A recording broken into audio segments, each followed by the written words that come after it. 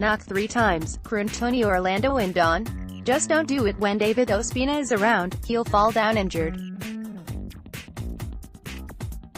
Colombia deservedly won and they've kept a clean sheet. They are back in contention for the knockout phase with a make-or-break meeting with Senegal later this week. Whether Colombia looked good because Poland were so abject is the question. Game of the day was England. Look, I know it was Panama, but you can only beat the opposition in front of you. It was a throwback performance to the days when we used to go to Izmir and beat Turkey 8-0, or when Supermac grabbed 5 against Cyprus. Or Luxembourg came to Wembley. In general, the days when we handed out a good gubbing to teams and when we didn't, there were 3 days of navel-gazing until the Saturday games were upon us. This was one of those days, and very pleasant it was too. In a typically football way, the second half saw England score just once, foot off the gas, etc. Refreshingly, both of Stone's goals showed signs that there was actual training and planning going into the training sessions. It's the sort of thing which keeps supporters happy, a brief glimpse into the life of a professional, and grateful that there isn't a louche attitude to training. I do not think today that we will practice corners. The sky is not blue enough. Or, to put it another way, the way we thought training under Arsene happened. Anyway, it added a bit of pep, zip and whatever else to England's World Cup to make things go with a zing. At least until Belgium beat us later this week, but give us a brief moment to dream, it's usually turned into a nightmare by now. We're getting the band back together. The genuinely refreshing aspect of the performance came from the referee.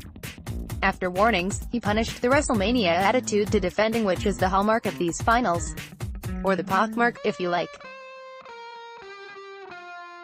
Not only once, but twice he penalized them.